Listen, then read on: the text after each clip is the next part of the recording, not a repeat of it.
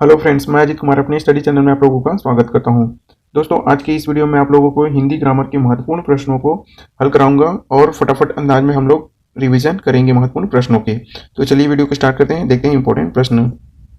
उपसर्ग के महत्वपूर्ण प्रश्नोत्तर को हल करेंगे, देखते हैं इंपॉर्टेंट प्रश्न। तो पहला प्रश्न है, उपसर्ग का प्रयोग होता है। तो इसका आंसर दोस्तों ऑप्शन नंबर ए जो है करेक्ट होगा। शब्द के प्रारंभ में जो है उपसर्ग का प्रयोग होता है। इंपॉर्टेंट प्रश्न याद रखेंगे। देखते हैं सेकंड प्रश्न, प्रख्यात में प्रयुक्त उपसर्ग हैं। तो इसका आंसर बी बनेगा। प्र शब्द जो है इसमें उपसर्ग के रूप में प्रयुक्त हुआ है। इंपॉर्टेंट प्रश्न याद रखेंगे। देखते हैं अगला प्रश्न। तीसरा प्रश्न है, स्पृश्य शब्द को विलोमार्थक शब्द बनाने के लिए किस उपसर्ग का प्रयोग करेंगे। तो इसका आंसर दोस्तों ऑप्शन नंबर बी जो है करेक्ट होगा। अ शब्द को जोड़ने पर जो है अस्पृश्य शब्द का उल्टा शब्द बनेगा। देखते हैं अगला प्रश्न।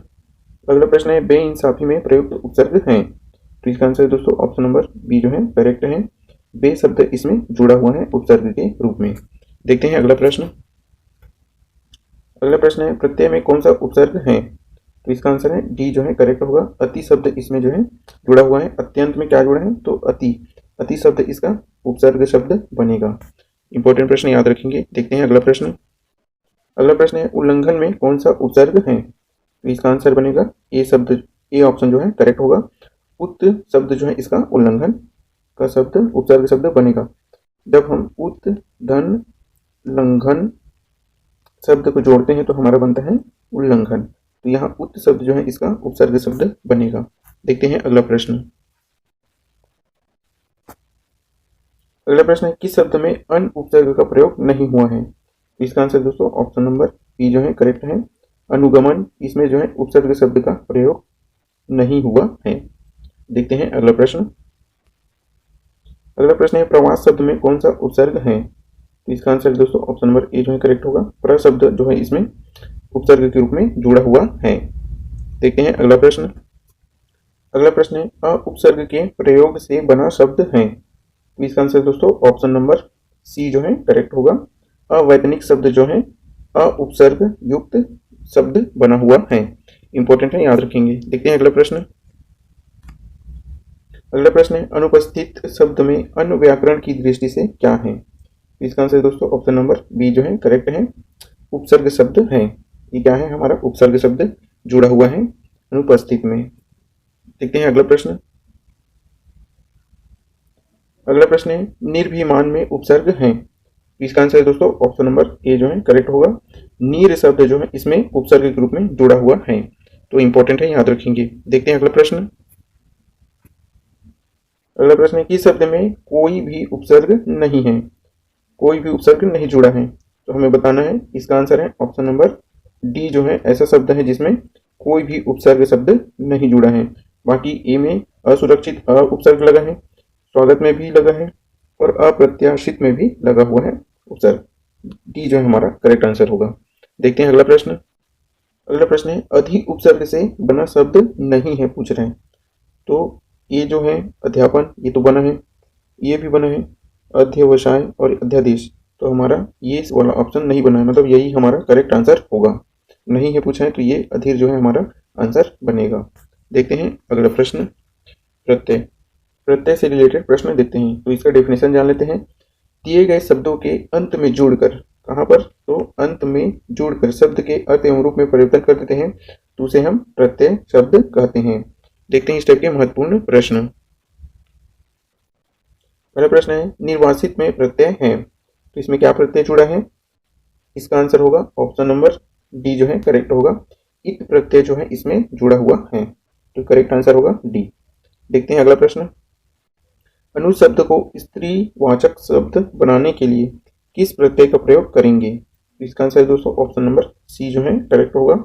आ शब्द जो है यहाँ पे जोड़ देने पर क्या बनेगा, स्त्रीवाचका। इस प्रकार से ये स्त्रीलिंग शब्द बनेगा। हमारा आंसर होगा सी जो है करेक्ट होगा। देखते हैं अगला प्रश्न। अगला प्रश्न है, कनिष्ठ शब्द में प्रयुक्त प्रत्यय है। तो इसका आंसर है सी शब्द में जो है इष्ट। तो इष्ट शब्द जो है इसका प्रत्यय जुड़ा हुआ है कनिष्ठ में। कनि में इष्ट जुड़ा है तो कनिष्ठ बना है, इसलिए इष्ट शब्द इसका प्रत्यय शब्द होगा। देखते हैं अगला प्रश्न। अगला प्रश्न है, जो शब्द किसी शब्द के पीछे लगाकर एक नया शब्द बनाते हैं उसे क्या कहते हैं। तो इसका आंसर होगा दोस्तों ऑप्शन नंबर बी जो है करेक्ट होगा, उसे हम प्रत्यय कहते हैं। इंपॉर्टेंट प्रश्न है, याद रखेंगे। देखें अगला प्रश्न। अगला प्रश्न है मरियल शब्द में कौन सा प्रत्यय जुड़ा है? तो इसका आंसर दोस्तों ऑप्शन नंबर सी जो है करेक्ट होगा। ईयल प्रत्यय जो है जुड़ा हुआ है किसमें? तो मरियल शब्द में जुड़ा है ईयल प्रत्यय। देखते हैं अगला प्रश्न। किस समूह के सभी शब्दों में प्रत्यय हैं? तो इसका आंसर दोस्तों ऑप्शन नंबर बी जो है करेक्ट होगा। दया में आलू जुड़ा है तो दयालु बना है। डिबिया में आ जुड़ा है तो डिबिया बना है। अज्ञा में आनी बन जुड़ा है, अज्ञ में या आनी जुड़ा है तो अज्ञानी बना है। तो यह शब्द जोड़ा जो है हमारा प्रत्यय शब्द जोड़ा होगा। इंपॉर्टेंट प्रश्न है, याद रखेंगे। देखते हैं अगला प्रश्न। अगला प्रश्न है मानव में प्रत्यय है? तो इसका आंसर सी जो है करेक्ट है, और प्रत्यय इसमें जुड़ा हुआ है। इंपॉर्टेंट है, याद रखेंगे। देखते हैं अगला प्रश्न। अगला प्रश्न है निम्न में से किस शब्द में प्रत्यय का प्रयोग नहीं हुआ है? तो इसका आंसर दोस्तों ऑप्शन नंबर ए जो है करेक्ट है। वसंत में जो है नहीं जुड़ा है प्रत्यय शब्द, बाकी रटंत, भिड़ंत और घड़ंत ये तीनों में जो है प्रत्यय शब्द जुड़ा है, तो आंसर बनेगा ए। देखते हैं अगला प्रश्न। अगला प्रश्न है प्रत्यय युक्त शब्द है? तो इसका आंसर दोस्तों ऑप्शन नंबर बी जो है करेक्ट होगा। प्राप्तव्य जो है हमारा प्रत्यय युक्त शब्द बनेगा। देखते हैं अगला प्रश्न।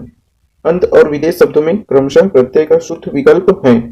इसका आंसर होगा ऑप्शन नंबर डी जो है करेक्ट होगा, इनमें से कोई नहीं है। अगला प्रश्न देखते हैं। अगला प्रश्न है किस शब्द में ल प्रत्यय रूप में नहीं आया है? तो इसका आंसर होगा ऑप्शन नंबर सी जो है करेक्ट होगा। विमल में जो है ल प्रत्यय युक्त शब्द नहीं जुड़ा है। देखते हैं अगला प्रश्न। कौन सा शब्द इन प्रत्यय के योग से नहीं बना है? तो इसका आंसर होगा दोस्तों ऑप्शन नंबर ए जो है करेक्ट होगा। मनोहारिन यह शब्द नहीं बना है, बाकी ये तीनों जो है बने हुए हैं। देखते हैं अगला प्रश्न। अगला प्रश्न है सूत्र शब्द को स्त्रीवाचक बनाने के लिए किस प्रत्यय का प्रयोग होगा? तो इसका आंसर दोस्तों ऑप्शन नंबर डी जो है करेक्ट होगा। सूत में जब हम आ जोड़ देंगे तो वो बन जाएगा सूता, तो यह शब्द जो है स्त्रीलिंग वाचक शब्द बनेगा। इस इंपॉर्टेंट प्रश्न है, याद रखेंगे। देखते हैं अगला प्रश्न। अगला प्रश्न है कृत प्रत्यय किन शब्दों के साथ जुड़ते हैं? तो इसका आंसर दोस्तों ऑप्शन नंबर ए जो है करेक्ट है। क्रिया के साथ जो है कृत प्रत्यय जुड़ते हैं। इंपॉर्टेंट है, याद रखेंगे। देखते हैं अगला प्रश्न। अगला प्रश्न है जो शब्दांश किसी शब्द के अंत में जोड़कर नया शब्द बनाते हैं उन्हें क्या कहते हैं? इसका आंसर है सी जो है करेक्ट होगा, प्रत्यय कहते हैं। देखते हैं अगला प्रश्न। अगला प्रश्न है अज शब्द को स्त्रीवाचक बनाने के लिए किस प्रत्यय का प्रयोग होगा? इसका आंसर दोस्तों ऑप्शन नंबर सी जो है करेक्ट होगा। अज में हम आ जोड़ देंगे तो अजा होगा और यह शब्द स्त्रीलिंग वाचक शब्द बन जाएगा। यही इसका करेक्ट आंसर होगा। इंपॉर्टेंट प्रश्न है, याद रखेंगे। देखते हैं अगला टाइप का प्रश्न। समाज से संबंधित महत्वपूर्ण प्रश्न बनते हैं, तो इससे भी महत्वपूर्ण प्रश्नों को देख लेते हैं। तो तीसरा प्रश्न है जिस समास के दोनों पद अप्रधान होते हैं वहां पर कौन सा समास होता है? इसका आंसर होगा ऑप्शन नंबर डी जो है करेक्ट बनेगा। वहां पर बहुब्रीहि समास होता है। जिस समास के दोनों पद अप्रधान हो तो वहां पर हम बहुब्रीहि समास देखते हैं। अगला प्रश्न देख लेते हैं 31। जितेंद्रिय में कौन सा समास है? तो इसका आंसर है दोस्तों ऑप्शन नंबर बी जो है करेक्ट होगा। इसमें भी बहुब्रीहि समास जुड़ा हुआ है। अगला प्रश्न देखते हैं।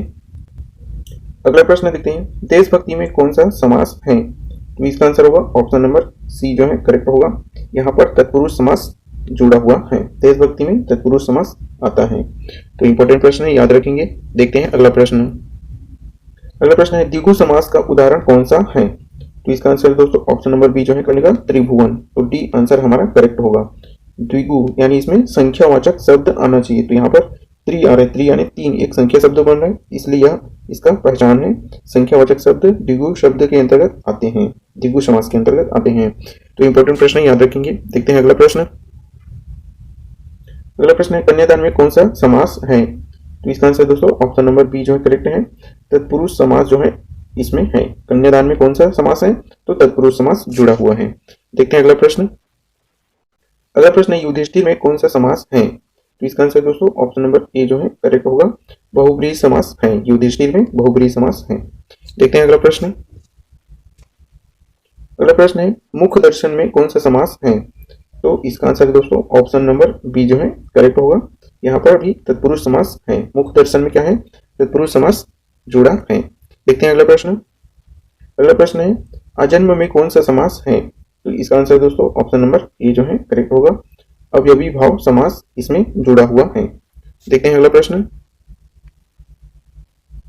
अगला प्रश्न है कर्मधारय समास का उदाहरण है। तो इसका आंसर दोस्तों ऑप्शन नंबर सी जो है करेक्ट होगा। कापुरुष जो है कर्मधारय समास का उदाहरण होगा। इंपॉर्टेंट प्रश्न है, याद रखेंगे। देखते हैं अगला प्रश्न 39। यथेष्ट में कौन सा समास है? तो इसका आंसर होगा ऑप्शन नंबर डी जो है करेक्ट होगा। अवयवी भाव समास जो है यथेष्ट में बनेगा। तो इंपॉर्टेंट है, याद रखेंगे। देखते हैं कुछ और प्रश्न। वाक्यांश के लिए एक शब्द भी प्रश्न पूछे जाते हैं। देखते हैं इसके लिए कुछ प्रश्नों का भी अभ्यास कर लेते हैं। तो 40 प्रश्न है। जिसके समान कोई दूसरा ना हो वाक्यांश के लिए एक शब्द है। तो इसका आंसर होगा ऑप्शन नंबर सी जो है करेक्ट होगा। अद्वितीय शब्द इसके लिए बनेगा। सेकेंड प्रश्न देखते हैं इसका। आवश्यकता से अधिक धन का त्याग कहलाता है। तो इसका आंसर होगा ऑप्शन नंबर बी जो है करेक्ट होगा। अपरिग्रह कहलाता है आवश्यकता से अधिक धन त्याग करने पर। देखते हैं अगला प्रश्न।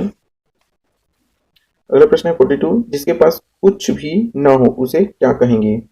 तो इसका आंसर होगा ऑप्शन नंबर सी जो है करेक्ट होगा। अकिंचन कहलाएगा।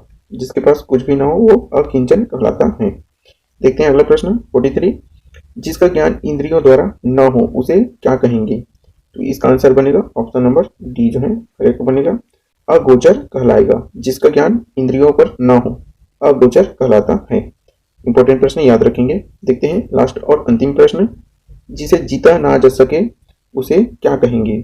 तो इसका आंसर होगा दोस्तों ऑप्शन नंबर बी जो है करेक्ट होगा। अजय कहलाता है। इस प्रकार से महत्वपूर्ण हिंदी ग्रामर के 44 प्रश्नों को सोल्व करा दिया हूँ। दोस्तों वीडियो पसंद आया है तो वीडियो को लाइक कर दें, अपने दोस्तों में शेयर कर दें ताकि उन्हें भी स्टडी करने में मदद मिल सके। चैनल में पहली बार आए तो चैनल को सब्सक्राइब कर दें, बेल आइकन को भी प्रेस कर दें ताकि नया वीडियो का अपडेट आपको मिलता रहे। दोस्तों वीडियो कैसा लगा है कमेंट करके जरूर बताएंगे। इस वीडियो का पीडीएफ चाहिए तो हमारे टेलीग्राम चैनल ज्वाइन कर वहां से डाउनलोड कर सकते हैं। तब तक लीजिए, मिलते हैं नेक्स्ट वीडियो में।